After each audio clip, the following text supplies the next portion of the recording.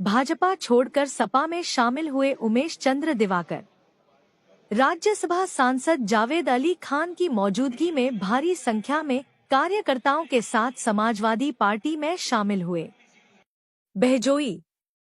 आज जिला संभल समाजवादी पार्टी का कार्यक्रम मिर्जापुर कम्युनिटी सेंटर विधानसभा चंदौसी में संपन्न हुआ। कार्यक्रम में भारतीय जनता पार्टी छोड़कर आए उमेश चंद्र दिवाकर को कार्यक्रम के मुख्य अतिथि जनाब जावेद अली खान, राज्यसभा सांसद, जिला अध्यक्ष असगर अली अंसारी, जिला महासचिव कृष्ण मुरारी शखधार, विधानसभा अध्यक्ष उमेश यादव जी की उपस्थिति में समाजवादी पार्टी की सदस्यता दिलाने का काम किया। कार्यक्रम के मुख्य अतिथि राज्यसभा सांसद जनाब जावेद अली खान साहब एवं जिला अध्यक्ष असगर अली अंसारी ने उमेश चंद्र दिवाकर को फूल माला पहनाकर एवं पार्टी की टोपी पहनाकर समाजवादी पार्टी में शामिल करने का काम किया। इस मौके पर मुख्य अतिथि जनाब जावेद अली खान साहब ने कहा कि उमेश चंद्र दिवाकर जी के साथ आए हजारों की संख्या में कार्यकर्ता पदाधिकारी के आने से समाजवादी पार्टी को मजबूती मिलेगी। आज भारतीय जनता पार्टी के नेता कार्यकर्ता पार्टी छोड़कर समाजवादी पार्टी ज्वाइन करने का काम कर रहे हैं। आने वाले समय में 2027 में समाजवादी पार्टी के साथ प्रदेश की जनता भी माननीय अखिलेश यादव जी का समर्थन कर उत्तर प्रदेश में समाजवादी पार्टी सरकार बनाने का काम करेगी।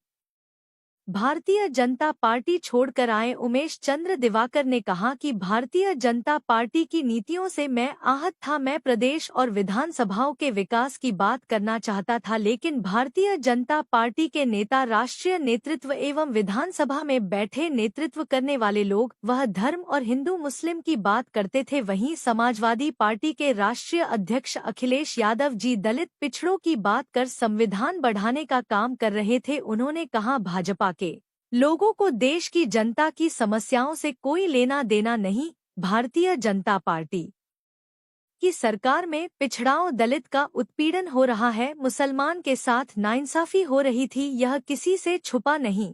मैं सभी धर्म और जात में विश्वास रखता हूं।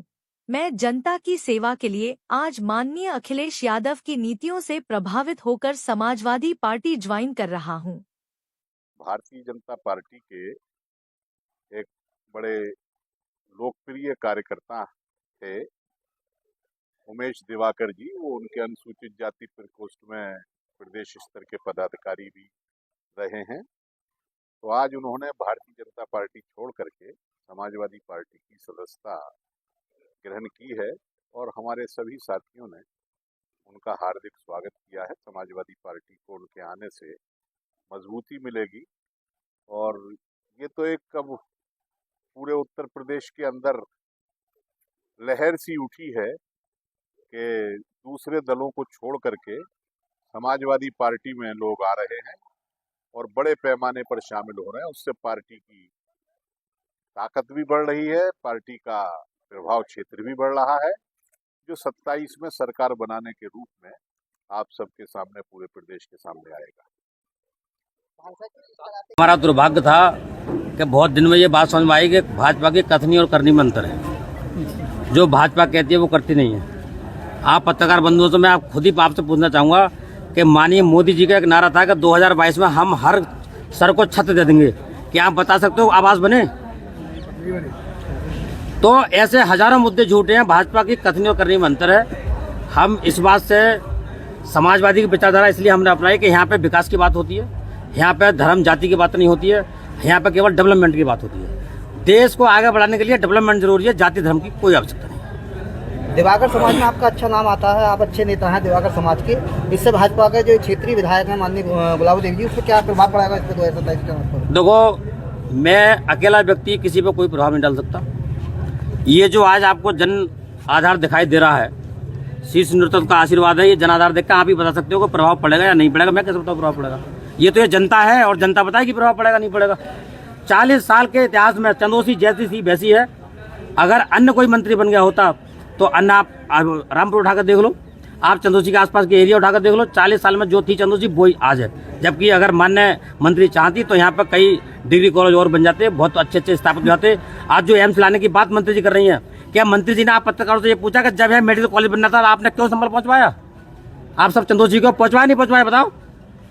तो आप देखिए, ये केवल क्षेत्र का विकास नहीं कर सकते, ये केवल व्यक्तिगत विकास कर सकते हैं। तो व्यक्तिगत विकास जो करेगा जनता उसका साथ कभी नहीं देगी। क्या आप आने वाले चुनाव में सक्रिय भूमिका निभाएंगे? नहीं, हम सक्रिय भूमिका निभाएंगे, जनता के साथ निभाएंगे, जनता पूरी साथ है।